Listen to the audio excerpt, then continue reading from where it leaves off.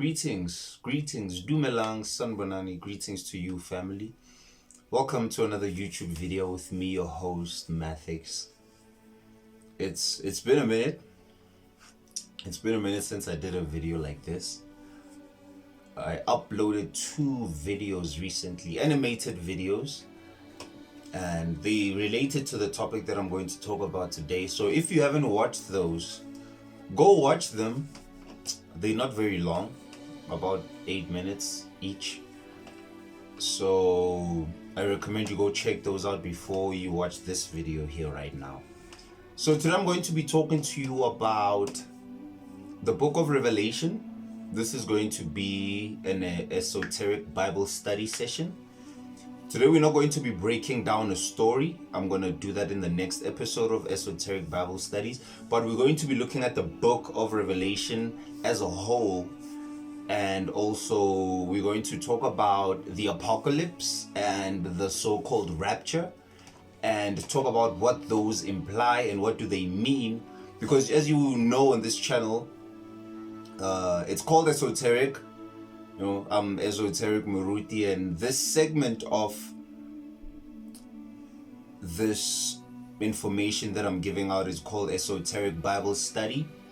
And by now, if you don't know, there is an esoteric way in which the Bible could be interpreted, and there's also did I say esoteric first? There's an exoteric and an esoteric. So the exoteric is the later version, which was brought in by the later priests who had taken information from the Greeks, the Romans, and all this information which was taken from ancient Kemet. So before Christianity became Christianity of what it is today, which basically deals with moralism, there was an earlier Christianity, although it might not have been called Christianity, but it had to do with the cultivation of the Christos, or the Christ oil, or Christ consciousness, which is what the ancient Africans were dealing with, which you might know as the Kemites, which Kemet being in Egypt, being in Africa, or Kemet is Egypt, also known as the Black Land, or the land of the black people. So that is basically, now when we look at ancient Kemet, Kemet was the accumulation of all spiritual knowledge that the ancient people were dealing with. So ancient Kemet was the great recording. So what you come to later understand as Christianity is nothing but fragments of earlier mystery teachings that were dealt with by the earlier priests, the earlier African adepts or masters. And so now what they were dealing with was the science, the spiritual science of alchemy. Alchemy being the science of transmutation, of transmuting lower base elements and refining them, turning them into a higher, much more refined element. So basically changing lead into gold. That would be the physical aspect of it. And then the spiritual aspect of it would be the transmutation of the physical body into the spiritual body. This is where you find verses in the Bible such as the perishable body will be raised imperishable, the dead shall be raised to life again, those who were blind will see. All that was dealing with alchemy. So these were not things that were necessarily physical. Even the raising of Lazarus by Jesus from his tomb was not a physical thing, because what does it help to raise someone from the dead only for them to die again? All of that was symbolic of the rising, which is basically what they call the second coming of the Christ, or the second coming of Jesus Christ, that everyone is waiting for. And that is the trick now. So in understanding the book of Revelation, you first of all have to understand the earliest teachings of the Africans and what they were talking about, because they weren't so much dealing with spiritual matters from a moral perspective, because we are born knowing that certain things are good. We are born knowing that certain things you can't do them. So the earlier teachings weren't so much for teaching us to be moral as the church does today. So most people flock to churches because the church, the Vatican, and what happened in the last hundreds of years, what the church has done is that they've turned esoteric, mystical, mystery teachings and they've made them literal, and then thus they now have turned people into feeling that, oh my God, they are sinners and they must be apologetic, and now they feel that they should spend their whole lives apologizing for something that they're not even responsible for, which is not what the ancient Africans were dealing with. They were not dealing with morality on some, oh, don't kill your mom, don't kill your brother, don't steal. Those were things that we knew that. We did not need a book to tell you. You did not need a book to tell you that killing is wrong. You did not need a book to tell you that certain things were wrong. So the moral aspect of what now you come to know of as Christianity came later, because now the people were told, oh no, you were born a sinner, you owe Jesus, he died for you. And so now people now feel in like there's this debt that like they feel that they must pay. Whereas we knew that you were born in glory, you were born glorified, you were born beautiful, you were born loved, you were born supreme. The only thing that has happened to you is that in the fall and in the fall of consciousness, due to the cycles of the universe, what has happened is that your memory has been impaired, or you have forgotten who you are. So the only thing that now you have to be dealing with is not being apologetic to God, because God created you and God is you. So you are loved. If God is love, you are love. You are not created and then now you must try to prove why. No, you are born in love, you are love, and you have just forgotten that. And so what the ancients were dealing with was the science of alchemy. And so now the book of Revelations, when you look at the book of Revelations, when they speak about the 7 seals, the 7 stars, the 7 lambs, the 7 churches, what those are dealing with are the 7 spirits of God. Is Tunyas Gamenzi, the orishas, certain orishas, it's the chakra systems, it's the different dimensions. These are the dimensions that you have fallen through. So the fall of consciousness is the fall, or the fall of man is the fall of consciousness. So you fell down the ladder of light. You fell from the higher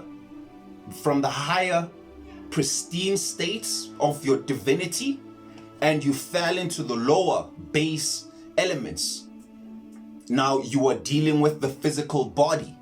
And so what the book of Revelations was, as I said, that all these the Bible is nothing but fragments of ancient teachings which were recorded in ancient African papyrus and in books and in mythology, which is the resurrection of the crystals or the Christ energy within you. So the revelation to reveal, the book of Revelation is to reveal that which was implanted within you from the Genesis. So in Revelation, the Genesis is being revealed. Who you are. The word apocalypse means the unveiling, or the something which was unknown and hidden now coming out. That's what apocalypse means. So we think that an apocalypse is like, oh, bombs, and then like, oh, no. It's just the unveiling or something which was hidden coming to the surface. That's what apocalypse is. A hidden truth. So what is that hidden truth? That hidden truth is that know ye not that ye are gods, or know you not that you are the temple of God and the Spirit of the Most High dwells within you. And so when you begin to understand that the Spirit of God dwells within you, what happens is that now there are certain things that your body will begin to go through. You go through the resurrection. So while you are dealing with the physical aspect of yourself, you are vibrating. Remember, the universe has laws. There's the laws of mentalism, vibration. There's the law of polarity. Now, when we look at the law of vibration, we fell vibrationally through the dimensions. That's what the fall is. So when you begin to deal with spiritual matters, what happens is that your vibratory rate begins to quicken. That's what they call the quickening. So when your vibratory rate picks up due to your mental thoughts, your focus of attention, what happens is that these lights, these seals become open. Who can open the seals but the Lamb of God, as it says in Revelations? The one who can open the seal is the one who understands their divine oneship and sonship to what or to the Creator. That's what the Christ was saying. Know ye not that me and my Father are one?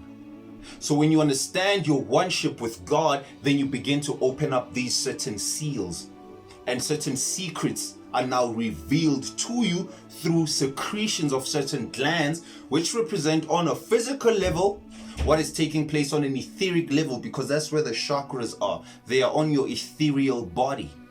That's where that's when sometimes when you look at people, you can see an aura or a light around them. That is their light body. So the accumulation of your activities and your thoughts and all of that, it gets transferred into your light body. So the book of Revelation was dealing with now the alchemy of transmuting the base thoughts that you are focusing on, which keep you dense. It keeps you in density. And that now brings in what they call the beast. The mark of the beast, they say it's a number of a man, 666. That's 6 protons, 6 neutrons, and 6 electrons, which is carbon. Carbon being black.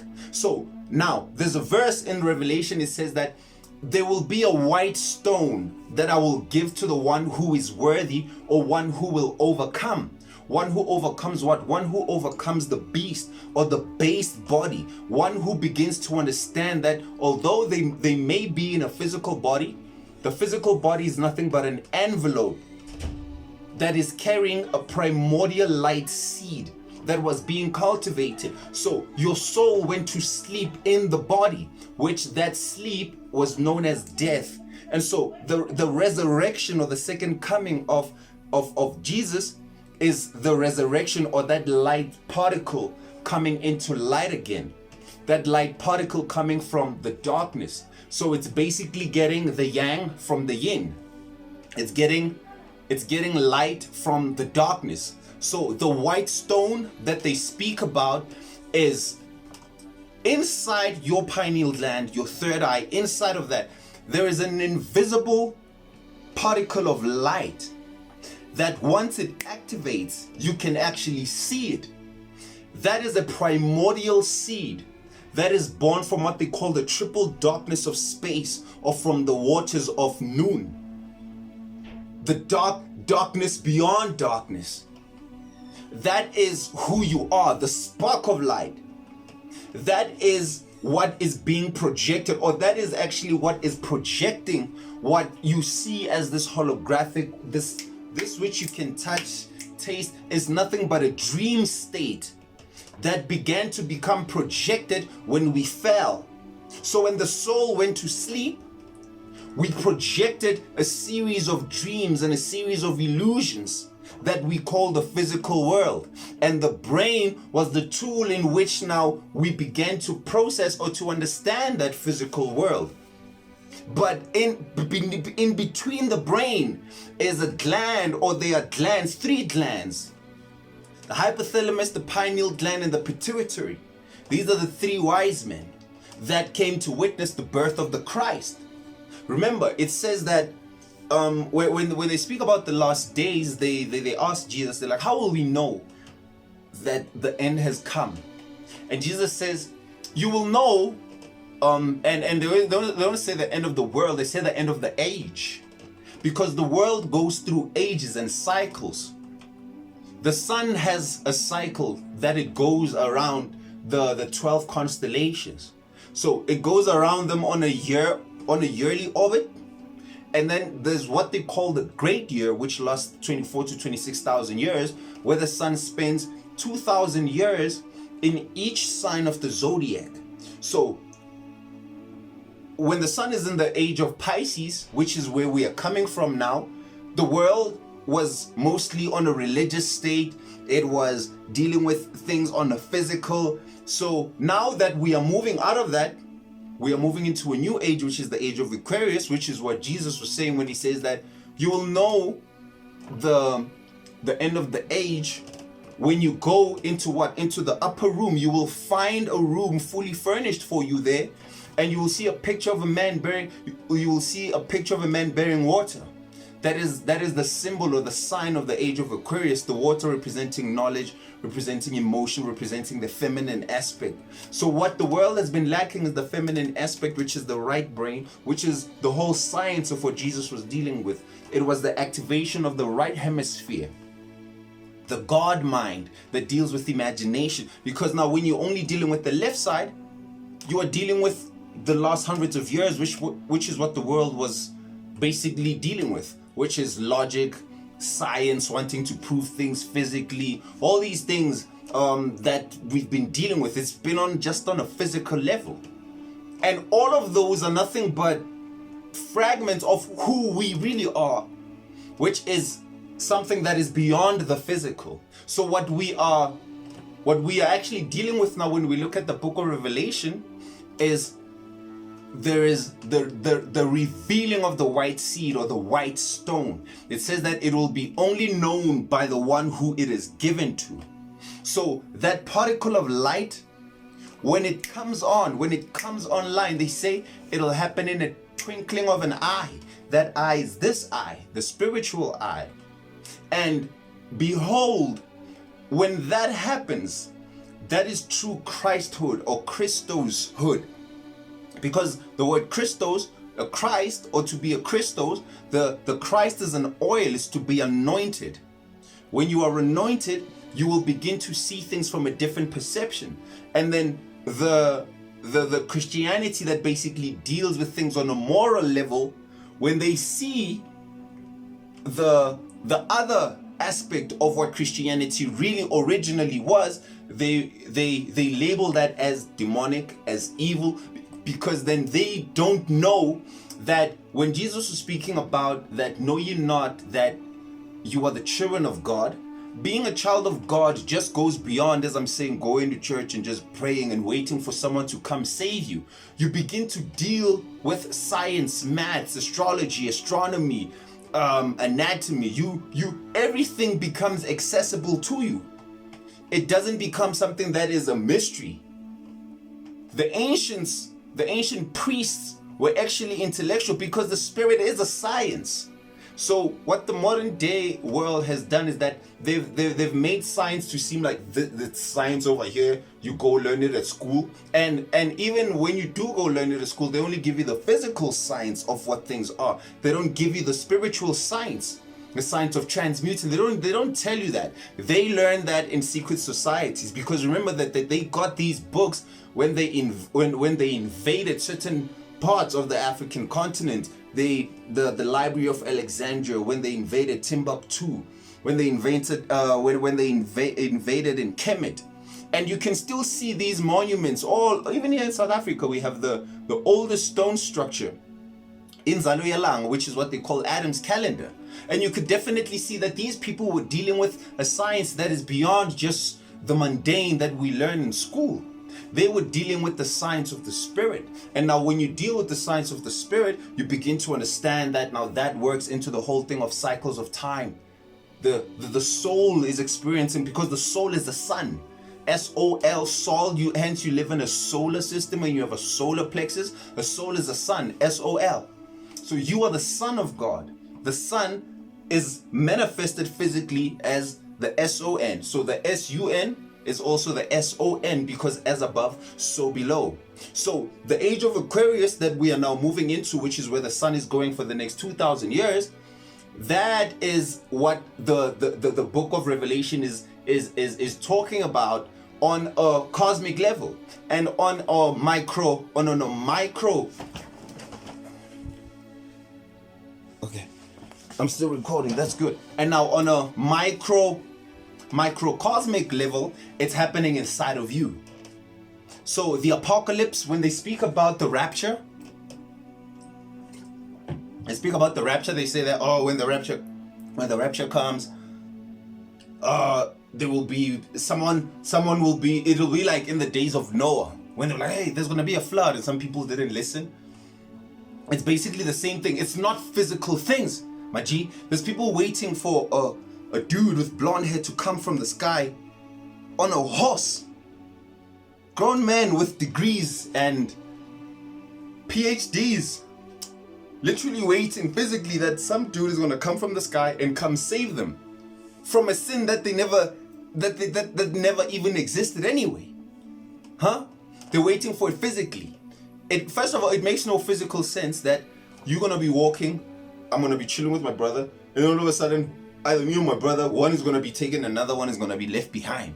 That makes no, it doesn't even apply. It doesn't make sense when it comes to the natural laws. Because when you speak about a prophecy or something that is come, it has to apply in such a way that it happens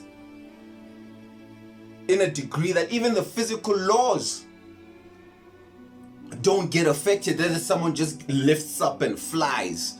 You know, that's what most people are waiting for. That, oh no, I'm here, I'm waiting for the trumpet. I'm waiting for the last trumpet to blow, and then I'm gonna go, and then I'm gonna be taken and souped up into heaven. Nah. It says that when it happens, no one will be able to they will not say it's either here nor there, because behold, all this will be taking place within you. The phenomena is internal. The phenomena is not external. The phenomena is internal. That's where the awakening is. It's the coming online of the spiritual seeds of cosmic memory. That's what's taking place as the apocalypse. When they say that one will be taken and then the other one left behind, what they're basically speaking about is the two dimensions that begin to exist simultaneously. You could be sitting in a taxi, in a taxi or in a cab next to someone who is on a whole other dimensional level of thinking, and at the same time you could be sitting next to someone who's 3D focused, just worried about the basics, survival, sex, money, I gotta go to work. And then there's someone right there next to you, still in a physical body, but dealing on a whole other spiritual level, dealing with the science of spiritual astral projection, dealing with the science of alchemical transmutation of the physical from the base into the spiritual, dealing with the ability to see into the hereafter, dealing with or having access that part of self that understands primordial worlds prior to physical incarnation and worlds to come. That's who you are. Inside of you, you have knowledge and memory that goes back billions of years to other worlds, to other time-space experiences that you've forgotten. So right now, you feel so tiny and so minute, huh? Because you are experiencing time in seconds and in minutes, minute, huh? You are in time. You are trapped in time. Your light is trapped in cells, in jails, literally in physical cells, in light. But in those cells are atoms. Powerful. You are a light being. But this is something that you have forgotten. So now when they're speaking about the apocalypse, it's just the unveiling of the hidden mystery teachings of the Christ, which deal with the Christos, which basically deal with the God particle inside of you. So you should stop feeling like you owe someone something. That oh my God,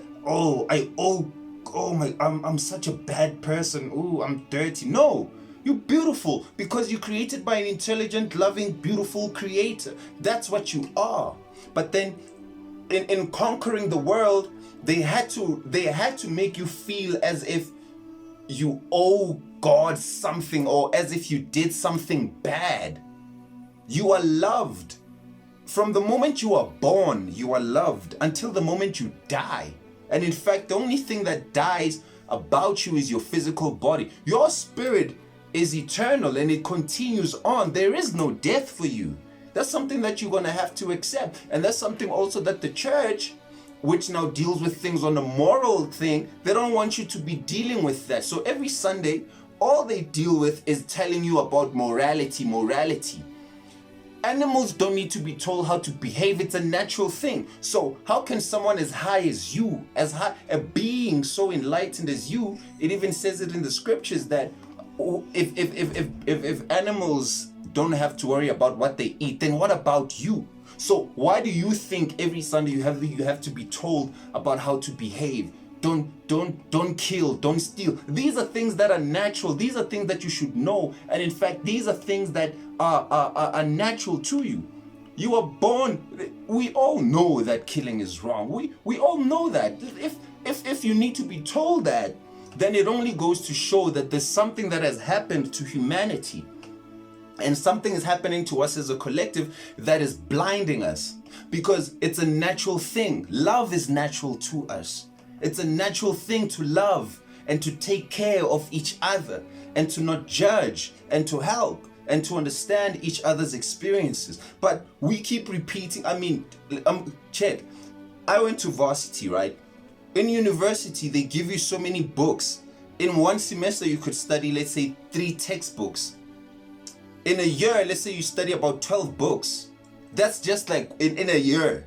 Could be more, could be less, depending on the course. So imagine 2 years, 3 years, and 4 years now. Now, you telling me that for a degree that is physical, you study so many books, but for something as powerful as the science that deals with your eternity, you only have to learn 1 book? Come on, man. Huh?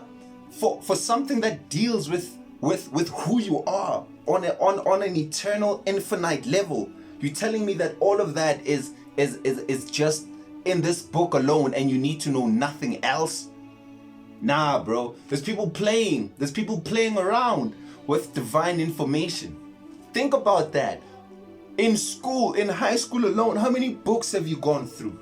Now every Sunday you're gonna read the same book. And on top of that, they don't even touch on the mysteries of what that book is saying. They keep touching on the same things. They keep touching on the same things that at the end of the day will mean nothing. Will just mean nothing but like some little motivational speaking. So now, when you are dealing with this, with the higher science, you are dealing with Christos energy, which is what the Buddha is, enlightenment, which is what all the pantheons of gods in different segments or in different parts of the world, they were dealing with that. It's the law of alchemy. The Christ energy inside of you.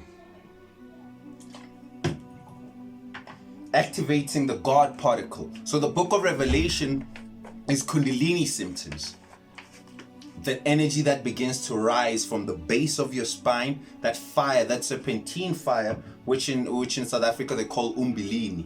That or the Shechem fire. That's the holy fire. That will go into the upper room that they say is already furnished, because your brain is already furnished with the chemicals, it's already furnished with the neurons, it's already furnished, but it's dormant. And what activated is that serpentine energy that is laying at the base of the spine, just awaiting for you to come into yourself, because that's where the kingdom of God is. It's not outside. You keep chasing it outside. You keep waiting for an external Messiah outside, when the very Messiah who you claim to be waiting for tells you that we are brothers in Christhood, that what I have done you can do, and even better. All of that was just symbolism and symbolic speakings to say, Joe, what I am, you are. What I am, you are. But we so wrapped up by being wrapped up in an envelope that we keep looking at the envelope. We keep looking at the likes. We keep looking at subscribers. We keep looking at money. We keep looking at physical accumulation before we can, we keep looking at the physical. We keep looking at the envelope like, oh, what does he have? Oh my God. And then we judge ourselves based on other people's envelopes, which an envelope is nothing at the end of the day.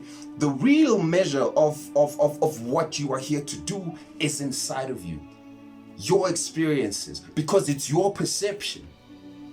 Reality, it says, I was reading this book, it says, reality, we don't see the world as it is. We see the world as we are. We don't see the world as it is. We see it as we are. So how you see and judge the world It's how you are. So from birth, when people keep telling you that you are bad and you are a sinner, what they do is they program your subconscious mind so that you see the world according to what they say you are and not who you really are, based on who you are as a primal, pre-existent being that lives on. So now you've been boxed into this tiny thing that like,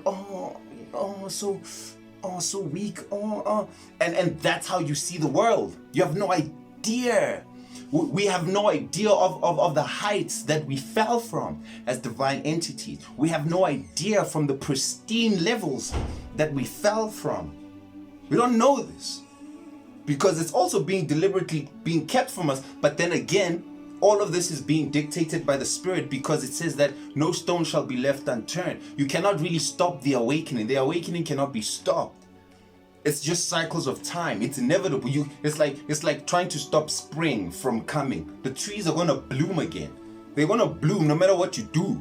You can try and create machines. When the cycle comes back, it's spring, the trees are gonna bloom. So now the cycle is coming back that, it's time for humanity to awaken from the sleep. That which was perishable shall be raised imperishable. You are in a cocoon state. The soul was in a cocoon, but the great awakening is you being turned into a butterfly. And now that butterfly, the wings are happening on your inside. That's where the transformation is coming from. So stop looking for the apocalypse and all of these things outside. The outside is nothing but an external projection of what's inside. The chaos that we see in the world, the wars and whatnot, it's because there's no harmony inside. When there's no harmony inside, how can there be harmony outside? That's why they say, start with you. Charity starts at home. The home is you the home. It starts in here. It starts in here. It starts with your partner. It starts with your family, and then it expands into your community, and then expands into the world. The world will never be fixed if we don't fix ourselves. You see what I'm saying, family? So peace, love, and light. I hope that this video has come to bring about some. I hope that it does something inside of you, or moves something, or takes you to even if it's an inch. But an inch it must be, oh, I get it. Oh, damn. I wanted to move something inside of you. I wanted to move something inside of you. Peace, family. Love and light. Much love to you all.